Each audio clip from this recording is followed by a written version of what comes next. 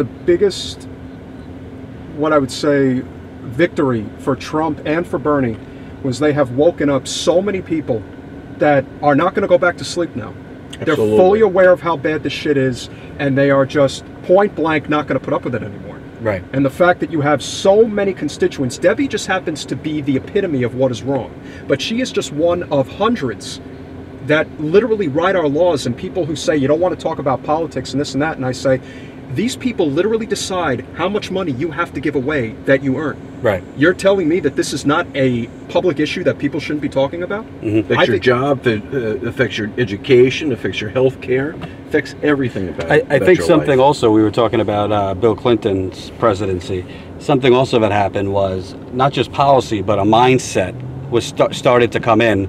You know, it started in the 70s with the Democratic Party, accelerated 80s and 90s, that, you know, there's no, you know, we can't change the rest of the world. We can't change the fact that globalization is happening, and really what workers in the old days, the blue collar workers that kind of made up the 50s and 60s, made up the time period that was equal, a lot more economically equal, what was they need to get better educated. They need to get retrained, these things, to compete for the rest of the world. So it was on the workers and on everybody else, not on the government anymore, to help the working class that kind of built the middle class.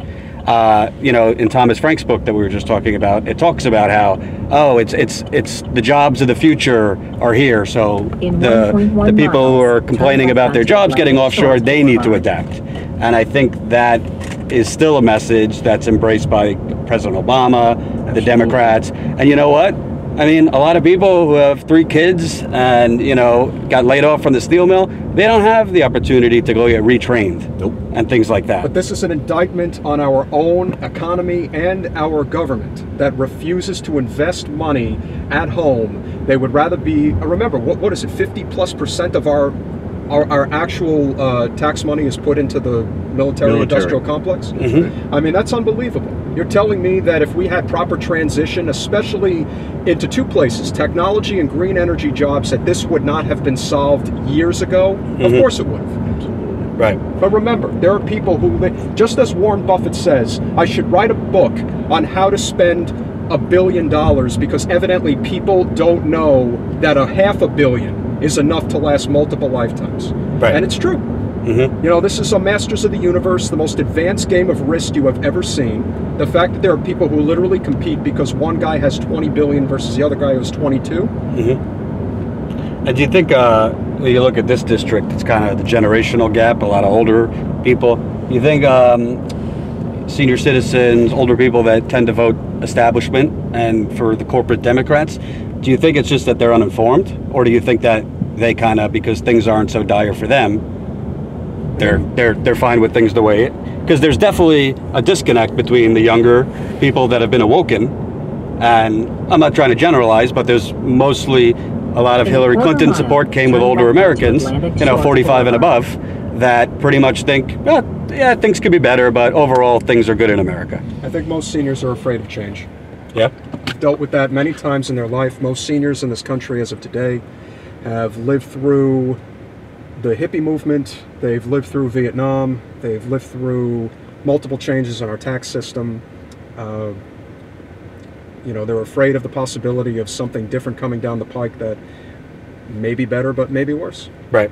And in their eyes, if things stay exactly the way they are, I mean, I literally spoke with an 80-year-old woman who was rah, Debbie Wasserman Schultz, and I asked her, how do you like getting basically $10,000 a year with Social Security? And she's like, I think it's fine. I don't need any more. Oh, my. Literally. You couldn't make it up. No raises, no nothing. No nothing. Things that literally... Inflation's killing you. That literally living paycheck to paycheck, having to pay God knows what kind of money because we don't have a single-payer healthcare system in this country for your prescription drugs. Right. It's a learned... you know, turn left, it's almost like it's almost like Munchausen. Is that how you say it? Right. Well, way back when in 2003, do you remember the FTAA? Was that something you guys remember? The Free Trade Area of the Americas, the biggest proposed trade agreement in the Western Hemisphere. I think this was right before the war in Iraq started. Yes. So they were going to have the Secretariat or all the trade ministers. Miami was going to be their home. We put 25,000 union members out there protesting that. We had 16 busloads of seniors to come because they were there not only for themselves, for prescription drugs and stuff, but for their grandchildren. What happened was, that was the first time I've ever seen in my life the police militarization, where they had tanks in the streets. I mean, we negotiated 28 times with the City of Miami Police, which was the head of the whole law enforcement there. 34 different police agencies. I saw tear gas at senior citizens, guns to their heads, denied water to take their pills. And my opinion was, this was George Bush who siphoned off money from the Iraq expenditure to protect Miami, and it was to scare the shit out of everybody that, you know what, if you're going to protest trade agreements, we're going to scare the shit out of you so you don't come back again. Mm-hmm. And they were young people. I mean, we had everybody. You know, they always portrayed it as anarchists. Well, I was the liaison. I was the union guy at the time. We dealt with everybody. And I said publicly, I got chastised for it. These people care about the world and the people in it more than most people I know. They might have an earring, they might have red hair, who gives a shit?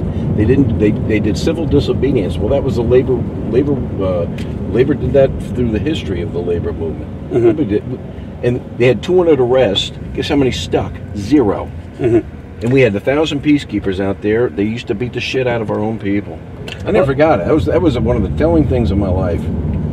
What do you think in terms of the Democrats, how they've kind of pretty much they went from really being built on labor and they pretty much abandoned labor? What do you think the core reason for them shifting away? Money.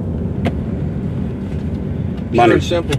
Money and power. They do a revolving door, right? If they get kicked out of Congress, next thing you know, they're a CEO of some major corporation who's written the bills that they've sponsored forever. Right. It's a revolving door. Eric Cantor's a perfect example, right? He gets kicked out. Well, hopefully Tim does the same thing. The next day he's working on Wall Street. You know, Evan Bayh in Indiana. Evan Bayh, he left, who we thought was going to be a great presidential candidate for us. Right. Could care less. Evan Bayh, as pretty much conservative Democrat as you can get, leaves Congress, I think 2010, goes, I think he was a lobbyist or some financial thing, and now he's running again in Indiana after he's made his money. Wasn't lucrative enough. Right. But now he wants it. Now he wants back in the Indiana Senate. It is a revolving door, and unfortunately, it seems that a wide swath of America is okay with it. But are you encouraged, Fred, that you've seen all these young people out throughout the campaign? Let me tell you something. I'm 61 now. 620 Northeast. I've been doing this for a long time, and I'm going to be blunt. I think sometimes labor has lost it's not a movement anymore. It's an institution. Mm-hmm. We're not moving. We're not getting our people out, and I really don't know why, because I don't think they see the severity of what's going on in this country, and they don't want to take risks. We play it safe. We try to find candidates that we think are going to win. Well, that does you no good. CW, on the other hand, is taking risks and says, you know what, if we don't change the way we do things, labor movements are gone. So when I saw the Bernie crowd, and we supported Bernie, and I see all these other folks, these young people, it's giving me the enthusiasm I needed. Because I'm a passion guy. And young people fighting for what's right, that gives you some passion.